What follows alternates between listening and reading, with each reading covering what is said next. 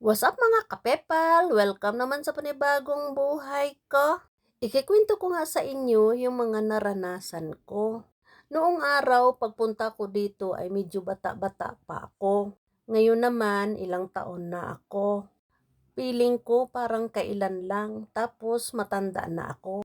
Pinangarap ko talagang magpunta dito sa ibang bansa, dito sa Europa, Germany. Dahil nga gusto ko makakaraos ang mga pamilya ko. Gusto ko kasi matulungan yung aking mga kapatid at ang aking mga pamangkin. Lumipas ang taon, lumipas ang 20 years, lumipas ang 25 years. Nakaapak na ng high school at college ang mga pamangkin ko at napaaral ko.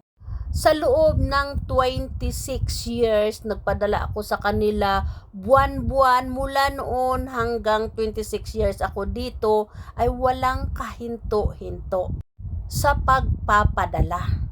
Dumating ang time nga nagpaalam ako sa kanila nga sabi ko tapos na kayo at kaya nyo na ang sarili nyo, so gusto ko makaipon ng pera para sa sarili ko or para sa future ko. Isang beses, dalawang beses nga hindi ka nagpadala sa kanila ay ikaw ay masama ka na. Ang masakit pa dahil hindi ka na nagpadala ay ikaw ay patay ka na. Turin ka na nila nga ikaw ay bangkay na.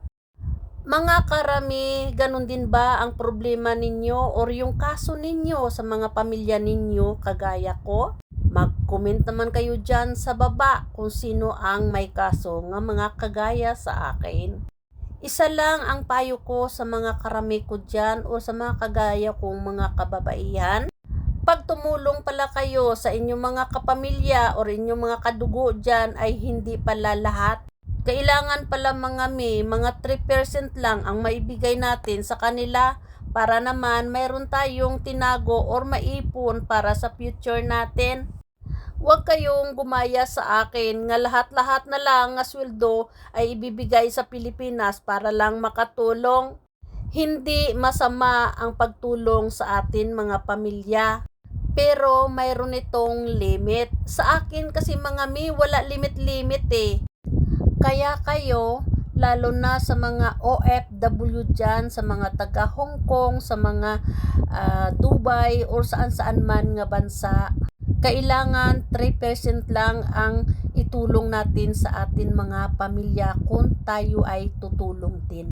Huwag nyo akong gayahin ha, kasi mali pala yon. Dahil darating ang araw kapag hindi ka na magpadala, masama ka na. Yun talaga ang totoo. O paano yan mga hanggang dito na lang ang aking video. Sana nakapagbigay aral sa inyo ito lalo na sa mga OFW. Bye!